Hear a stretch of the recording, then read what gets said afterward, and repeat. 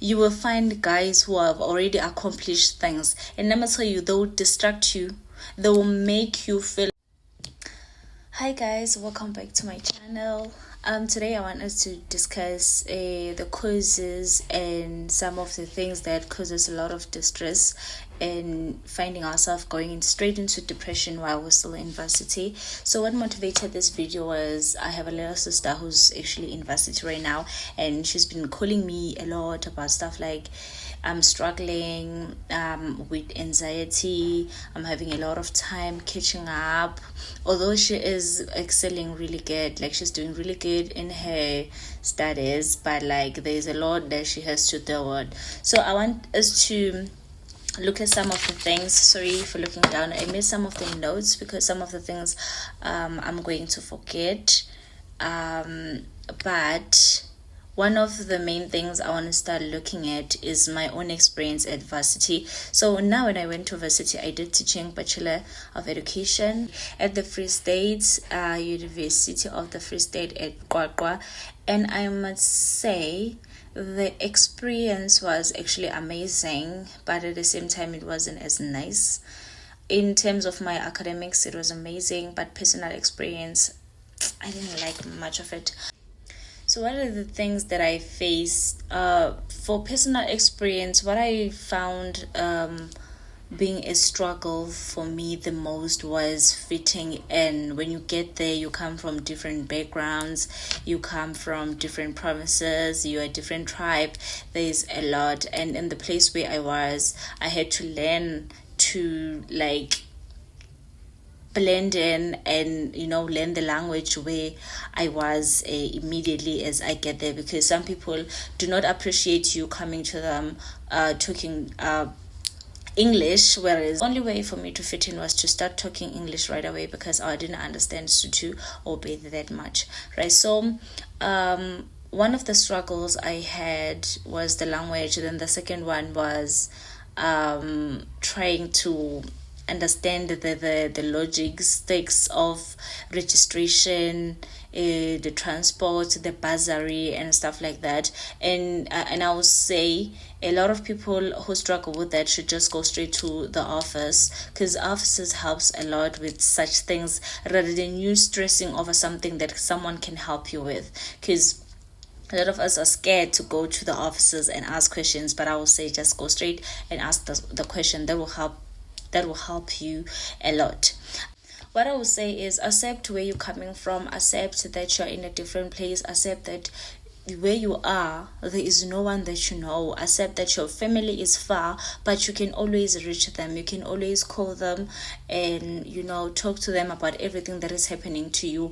And as much as you are going to start studying, it's not going to be easy. No one said it's going to be easy, but you're going to do it, because you know what, you were able to do 12 years in primary until high school. This means you can do 4 to 7 years if you are doing 7 years. If you're doing 3 years, you can do this 3 years. You just need to ultimate focus. Another thing that we usually tell ourselves that we think is gonna help is engaging in activities like audacious activities such as like drinking, smoking, making new friends, who go to the club and stuff like that. Those people do not help. Each university has a therapist, a psychologist.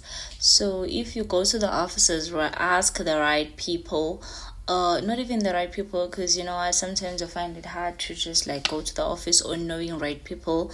Go to the admin, ask where can you find the office of the psychology office, and then they will refer you to the office. You can go, you can find a therapist there, you can talk, you can like get over things, and then find out the things that you were stressing about are just like minimal things you're not even supposed to be stressing about. And also you can also engage in activities such as like going to the gym, enjoying. If you enjoy sport, you go to sport, you go to drawing, something to keep your mind occupied. Like because sometimes you find that your books are really boring, you only study, or you are too smart, you only study when you have to write an exam. That's okay, but find something that's going to occupy your time without harming you in any way. don't do drugs, please. Don't be saying that I need this in order for me to get through the day. That's just gonna ruin your life in the long run. Whereas there were ways you could just like go about this and succeed without you damaging your health or yourself. And I have struggled a lot with the information of people like saying stuff like I couldn't finish varsity because I was struggling. We are all struggling. We are all struggling. I don't know how to say this, but we don't all, not all of us come from like better homes and stuff like that. But we try, because you know that when you're struggling at home and then you fail to make it for yourself, no one is gonna make it for you. Like there's no fall back for you, so you have to fight it hard, you have to win. That is how we all get through. So you have to make sure you fight.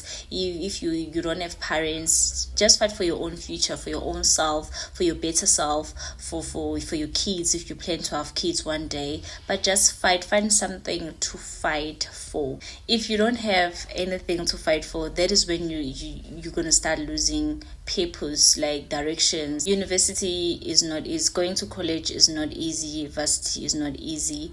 Just you have to make it work, find the way to make it work. You don't need motivators, you don't need someone. Silence those voices in your head if you must. And when you get there, find friends. When you find friends, it's very easy to locate friends. This is not high school. You can't tell me about peer pressure. This is not high school. You can't go in and ask or join a group of people who are people who are slaying. No. You have to allocate people that you see which they are serious. I know this thing about nerds, that when you join nerds, then you get a name of being a nerd. That's okay. I get you have a goal that you want to achieve. Then once you're done, you can get out of the net structure. That's okay.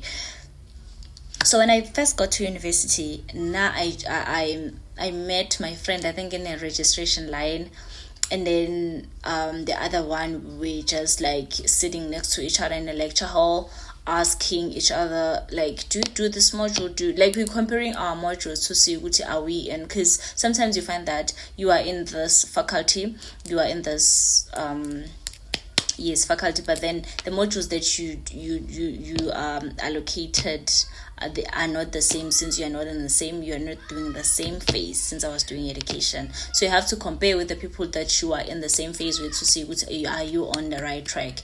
So that's how we met. And then the third one, I think we were asking each other, because I still have blemishes. We're asking each other, how can we get share the same problem as I did. So blemishes, and then we're like, you know what, I mean, there's a way, surely there's a way we can do to in this. And then she was like, what are you using on your face? And then I was like, what are you using? We shared. That's when we exchanged numbers. So we're 5 in my group in total, and let me tell you, those were amazing friends. They were focused, will hold each other accountable, like they'll make you feel bad.